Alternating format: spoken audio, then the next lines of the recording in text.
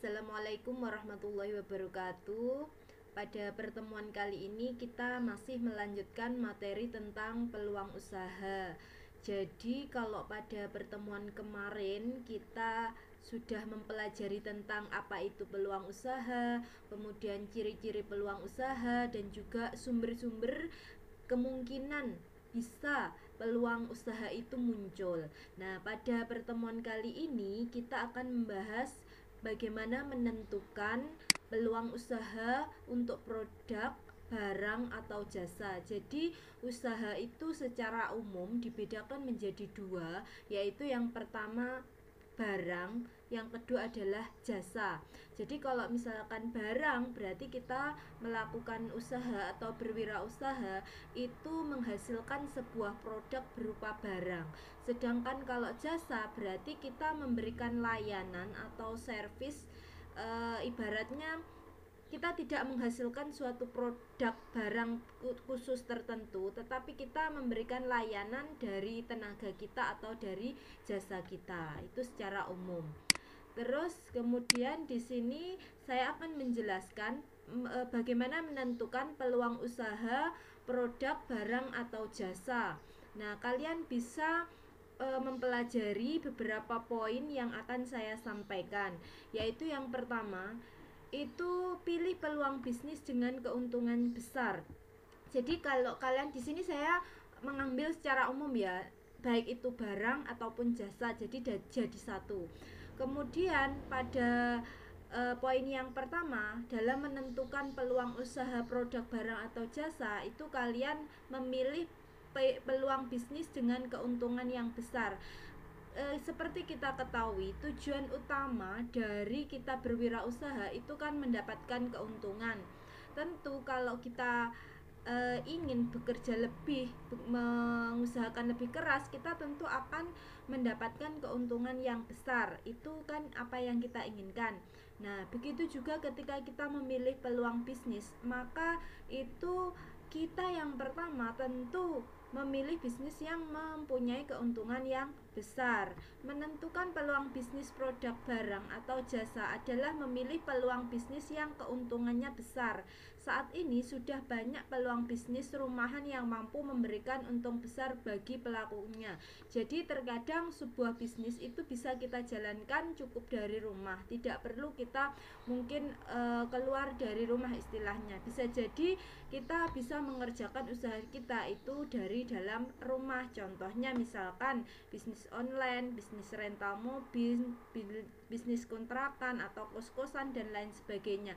Contoh-contoh bisnis ini itu akan memberikan keuntungan besar. Memang terkadang juga modalnya pun juga besar, tetapi tidak semua bisnis itu bermodal besar. Ada kalanya juga dia itu hanya bermodalkan kecil. Nah, tetapi di sini yang pasti itu kita inginkan adalah keuntungan yang besar. Misalkan contoh bisnis kontrakan atau kos-kosan. Oke lah kita akui modalnya besar tentu untuk mempersiapkan rumah atau tempat-tempat kontrakan, kos-kosan, tetapi pada suatu saat nanti ketika sudah balik modal itu akan menghasilkan keuntungan yang besar. Kita tinggal istilahnya dalam tanda kutip itu duduk manis, maka penghuni kos kita itu akan membayar kos atau kontrakan tiap bulan ataupun tiap tahunnya.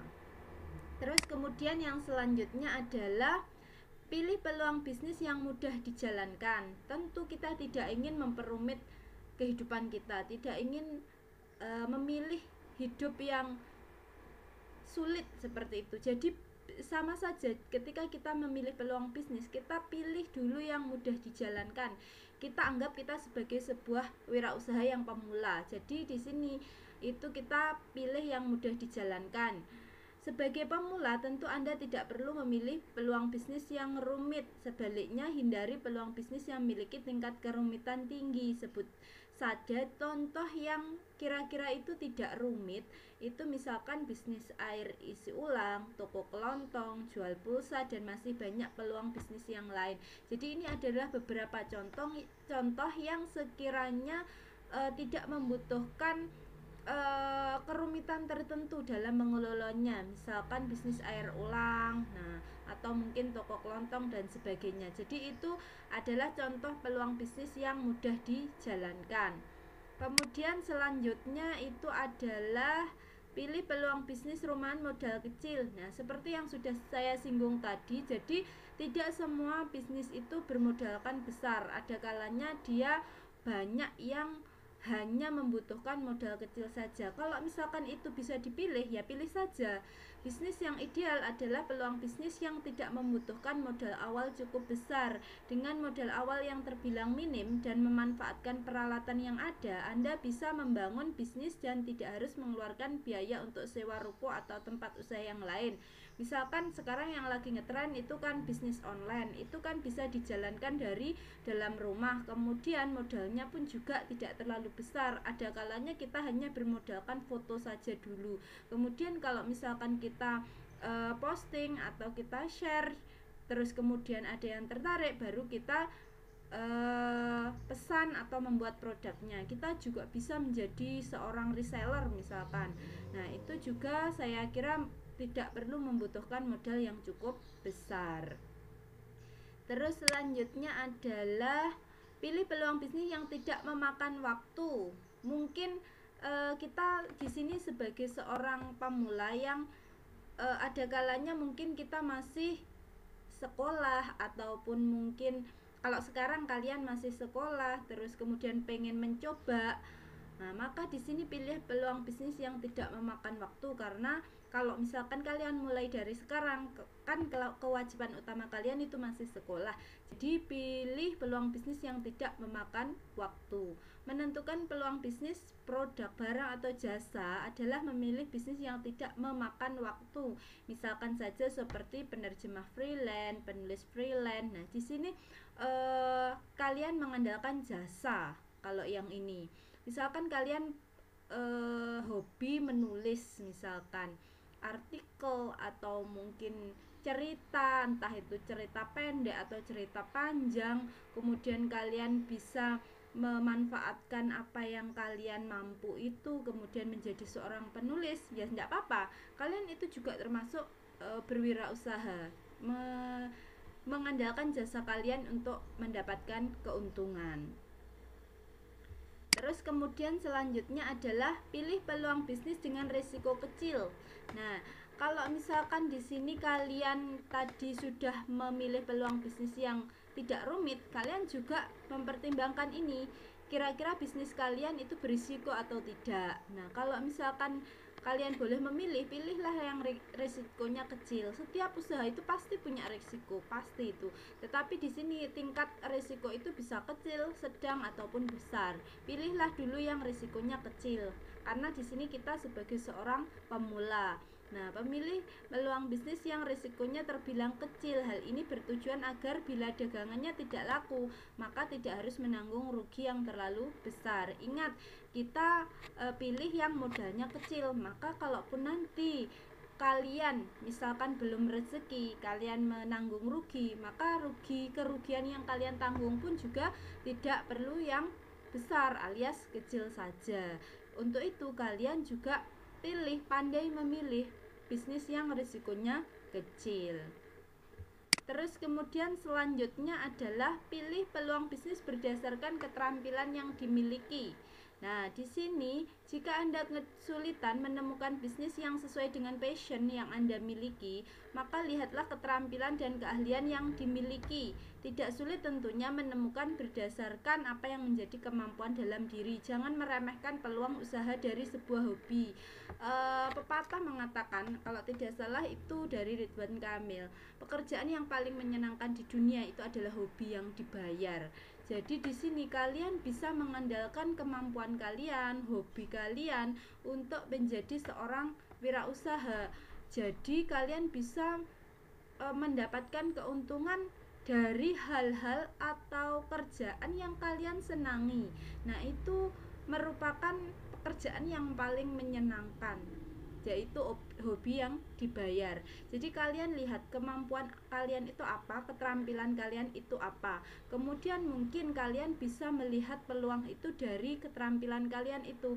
Oh, ini kira-kira bisa tidak dijadikan sebuah usaha. Misalkan kalian pandai menggambar, maka di situ kalian mungkin bisa memanfaatkan keahlian kalian itu untuk membuka jasa desain logo, atau mungkin desain brand-brand tertentu, atau mungkin kalian mempunyai keterampilan untuk foto. Nah, kemudian kalian bisa menggunakan kemampuan kalian untuk membuka jasa foto, edit foto, video dan sebagainya. Nah, kalian bisa menggunakan semua itu untuk mendapatkan keuntungan. Terus kemudian yang selanjutnya adalah melihat peluang dari masalah yang ada. Seringkali pelaku usaha menghindari sebuah masalah yang datang, akan tetapi terkadang masalah tersebut bisa jadi ide peluang usaha. Dari masalah yang ada di lingkungan sekitar bisa mendapatkan solusi yang akhirnya bisa diubah menjadi sebuah peluang usaha. Jadi di sini itu terkadang kita bisa mendapatkan ide peluang itu dari masalah yang kita dapatkan.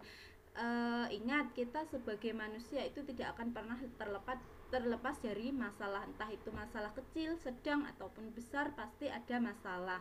Kenapa ada masalah? Karena kita kan punya keinginan. Nah, keinginan itu terkadang tidak menjadi kenyataan. Nah, kalau keinginan itu tidak sesuai dengan kenyataan, maka itu kan terjadi yang namanya masalah. Nah, masalah itu datang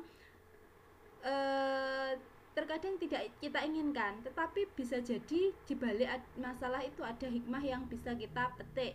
Nah, mungkin kita bisa mendapatkan ide dari masalah yang datang. Nah, dari sini kalian bisa juga membaca peluang usaha dari masalah tersebut. Kemudian kalian bisa mendapatkan solusi, oh kira-kira kalau misalkan masalah ini solusinya seperti ini bagaimana. Nah, itu kalian juga bisa memikirkan dari situ.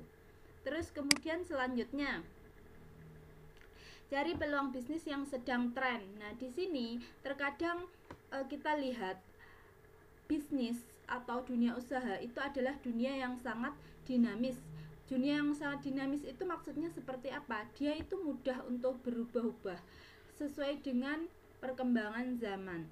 Jadi kalau misalkan minat konsumen saat ini belum tentu minggu selanjutnya atau bulan depan itu sama dengan sekarang. Jadi sangat dinamis, mudah berubah-ubah. Kalau misalkan kalian bisa peka membaca peluang, itu kalian bisa mengikuti juga tren tersebut.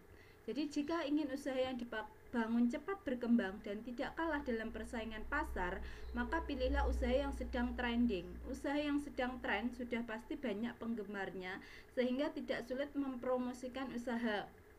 Jadi lihatlah di sekeliling produk apa yang paling laris, bagaimana proses produksinya, bagaimana pula strategi yang digunakan untuk mengembangkan bisnisnya. Jadi kalau misalkan kalian lihat yang sedang tren, itu kalian cek saja di media sosial. Itu yang paling sekarang itu menguasai apa ya istilahnya. Kalau misalkan kalian punya HP Android, itu kalian cek saja di medsos. Dari situ kalian pasti akan mengetahui apa yang sedang tren. Misalkan tentang baju, misalkan yang sedang tren sekarang, misalkan kemeja warna putih, misalkan bulan depan itu yang sedang tren itu adalah jenis blouse misalkan. Nah, itu akan sangat berubah secara cepat dan mudah untuk berubah. Jadi kalian kalau mau terutama pakaian wanita, kalau pakaian laki-laki mungkin tidak terlalu berubah secara cepat, tetapi kalau pakaian wanita itu sangat cepat perubahannya. Jadi sekarang itu bisa jadi berbeda dengan bulan selanjutnya. Itu kalau misalkan kalian bisa membaca peluang dari tren tersebut, kalian mungkin akan mendapatkan keuntungan. Terus kemudian yang selanjutnya adalah rajin memberikan inovasi.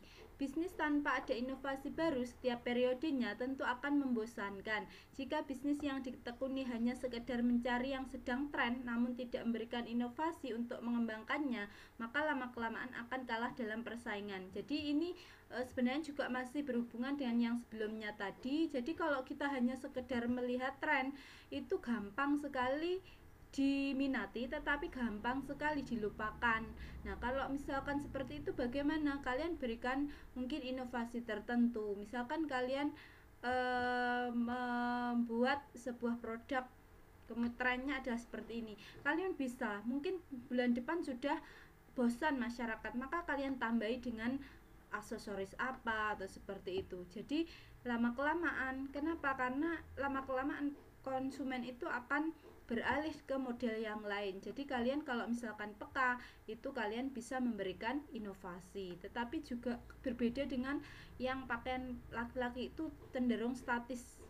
Peminatnya tidak mudah berubah mengikuti tren seperti itu.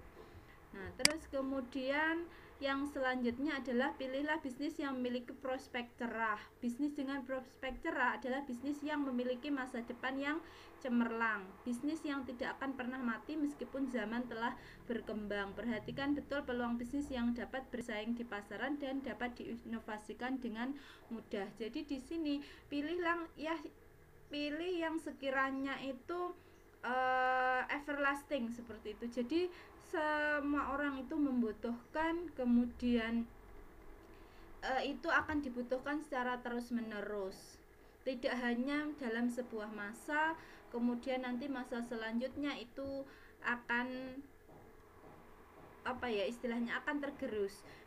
Terus kemudian yang pasti itu juga selain itu kalian tetap mengikuti tren itu juga perlu. Misalkan kalian pernah memperhatikan HP Nokia itu dulu adalah HP yang sangat berjaya di zamannya. Tetapi ketika zaman itu berubah menjadi Android, Nokia itu seperti tidak berbekas. Jadi dia sisa-sisa kejayaannya itu benar-benar tidak terlihat. Karena Nokia itu kurang bisa beradaptasi dengan perkembangan zaman, kebutuhan masyarakat itu seperti apa, maka di sini lama-kelamaan konsumen pun juga akan meninggalkan pasar HP Nokia seperti itu. Terus kemudian yang selanjutnya adalah pilihlah bisnis yang bahan bakunya mudah ditemukan. Mungkin di sini terutama yang bisnis makanan. Nah, memulai sebuah bisnis harus mempersiapkan semuanya dengan baik dan mendetail.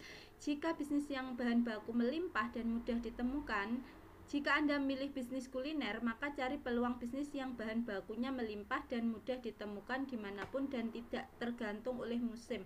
Nah, di sini terutama itu yang sangat berpengaruh itu adalah bisnis makanan, terutama yang bergantung pada musim, misalkan buah-buahan. Misalkan kalian berbisnis jus misalkan. Nah, minuman jus itu kan macam-macam buah yang kita gunakan. Nah, itu terkadang buahnya itu hanya berbuah musiman. Maka dari itu kalian juga harus bisa menyiapkan strategi bagaimana kalian akan menjalankan kalau misalkan buah itu tidak ditemukan sepanjang tahun. Jadi kalau bisa pilihlah bisnis yang bahan bakunya mudah ditemukan. Kalaupun kalian melihat itu sebagai sebuah peluang, tidak apa-apa, ambil saja. Tetapi kalian harus bisa mengantisipasi kalau misalkan buah yang kalian manfaatkan untuk membuat produk itu tidak berbuah sepanjang tahun. Itu contohnya. Terus kemudian yang selanjutnya adalah pilihlah bisnis yang unik dan berbeda dengan yang lain. Salah satu mencari peluang bisnis yang paling tepat adalah memilih bisnis yang berbeda dengan yang lain. Tentukan bisnis yang Anda tekuni lalu buat bisnis yang berbeda dengan pesaing bisnis. Tentukan bisnis yang paling jarang dipilih oleh orang lain. Jadi kalau bisa kalian pilih peluang bisnis itu yang berbeda dengan yang lain. Mungkin berbeda itu bisa seluruhnya, bisa juga hanya sebagian, bisa juga seluruhnya. Itu maksudnya kalian menciptakan atau mungkin membuat sebuah produk yang belum ada sebelumnya. Tetapi juga unik dan berbeda itu bisa sudah ada, tetapi kalian membuat inovasi, membuat keunikan tersendiri dari produk yang kalian ciptakan sehingga produk kalian itu tampak berbeda dengan yang lain. Terus kemudian yang selanjutnya adalah pilihlah bisnis yang sedikit pesaingnya. Pilihlah bisnis yang memiliki sedikit pesaing sehingga Anda mudah untuk mengembangkan, mudah menginovasikan, mudah memodifikasi, dan tentunya akan mudah dipasarkan. Ini juga kita lihat di pasar dulu seperti apa. Kalau misalkan minat konsumennya itu besar, bisa jadi boleh meskipun pesaingnya banyak, tetapi kalau sasaran atau market konsumen kita itu juga besar, itu tidak apa-apa. Tetapi kalau misalkan konsumennya sedikit kemudian pesaingnya banyak, itu yang bermasalah. Nah, kalau misalkan seperti itu, kalian pilih bisnis yang sedikit pesaingnya. Nah, bisa jadi mungkin kalian menjual sebuah benda yang branded, misalkan seperti itu. Kalian menjadi seorang distributor barang-barang branded. Mungkin itu sebuah peluang yang mungkin konsumennya sedikit, tetapi persaingan usahanya juga termasuk sedikit. Dan saya yakin seorang yang memang membutuhkan itu pasti akan tetap mencari, misalkan, atau juga bisnis-bisnis kreativitas yang cukup langka dan juga termasuk mahal, misalkan lukisan seperti itu. Kalian hobi melukis kemudian membuat sebuah lukisan yang benar-benar bernilai jutaan misalkan, itu saya yakin tetap ada yang mencari, tetapi memang konsumen yang disasar itu tidak terlalu banyak. Jadi itu juga bisa kalian pilih, misalkan kalian hobi melukis kemudian menghasilkan sebuah karya yang bernilai jutaan, kemudian kalian buat sebagai usaha, itu tidak apa-apa. Jadi kalian punya sasaran konsumen menengah ke atas misalkan. Nah, itu sedikit pesaingnya, tetapi kalian juga harus bisa membuat sebuah produk yang memang benar-benar bernilai sehingga orang yang membelinya itu memang mempunyai sense of art. Nah, seperti itu.